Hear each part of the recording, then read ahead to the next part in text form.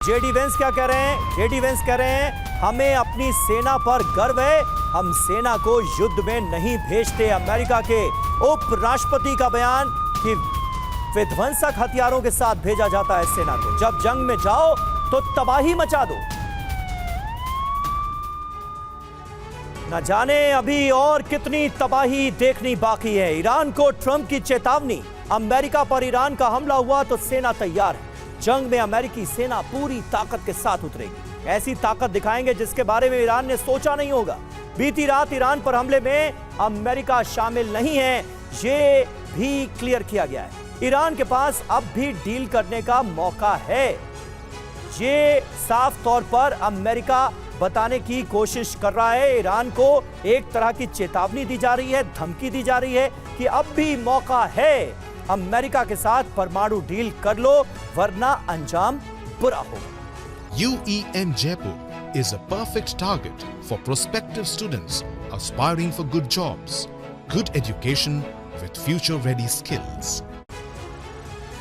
तो Iran versus Israel, America की wait and watch policy नजर आ रही है। इजराइल की देखिए अपील क्या है, अमेरिका जंग में शामिल हो, न्यूक्लियर प्रोग्राम को, ईरान के न्यूक्लियर प्रोग्राम को रोकना जरूरी है। अमेरिका जवाब दे रहा है कि जंग में शामिल होने को लेकर अभी हमने कोई फैसला नहीं किया है। एक तरह से इजराइल की अपील को अस्वीकार कर दिया गया है। अमेरिका इसे मानने के लिए तैयार नहीं है, कह रहा है कि यह हमारी जंग नहीं है।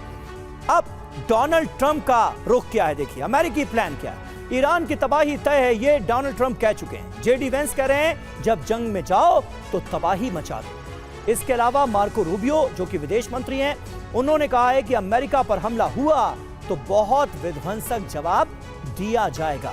तो जंग पर अमेरिकी प्लान क्या है, आने वाले वक्त में अमेरिका क्या कर सकता है, ईरान और अमेरिका की भी जंग शुरू हो सकती है क्या? इन बयानों से बहुत हद तक मेस्टन सर क्लियर इंडिकेशन तो मिलते हुए नजर आ रहे हैं।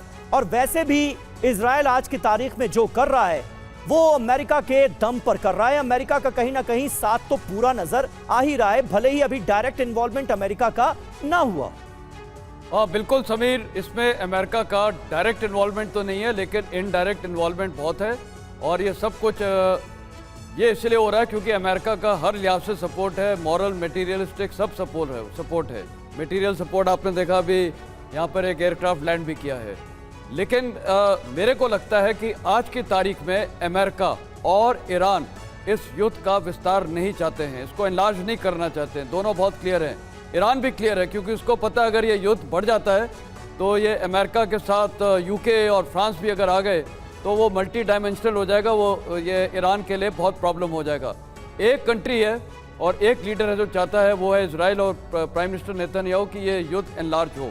तो अभी लगता है अमेरिका की स्ट्रेटजी ये है, सपोर्ट करो, पूरा इनको मटेरियल सपोर्ट दो, और जब तक इनकी शक्ति है, अपने आप कर सकते हैं, इनको करने दो। लेकिन अगर कल ये हालात हुए कि इजराइल बिल्कुल ऐसी स्टेज पे आ गए कि उसका मतलब अस्तित्व बिल्कुल वो हो गया, तो मेरे को लगता है फिर अमेरिका के पास कोई चॉइस नहीं होगा, उनको फिर इस युद्ध में शामिल होना पड़ेगा। कहने का मतलब है ग्राउंड अटैक्स तो नहीं, लेकिन ये एयर और ड्रोन अटैक, जो अमेरिकन फ्लीट प्रेजेंट है जी के इतने बेसिस हैं, तो एनलार्ज हो सकता है। लेकिन अभी जितना हालात है, मेरे को लगता है एनलार्ज नहीं दोनों देश करना चाहेंगे। तो अभी की लड़ाई सिर्फ ईरान और इजराइल को डायरेक्ट करनी पड़ेगी। ठीक है, तो अभी दूर से बैठकर नजर बनाए हुआ है अमेरिका, क्योंकि जाहिर है बिगड़ने का जहां तक सवाल है तो वो तो इजराइल का बिगड़ रहा है, अमेरिका का तो कुछ बिगड़ नहीं रहा।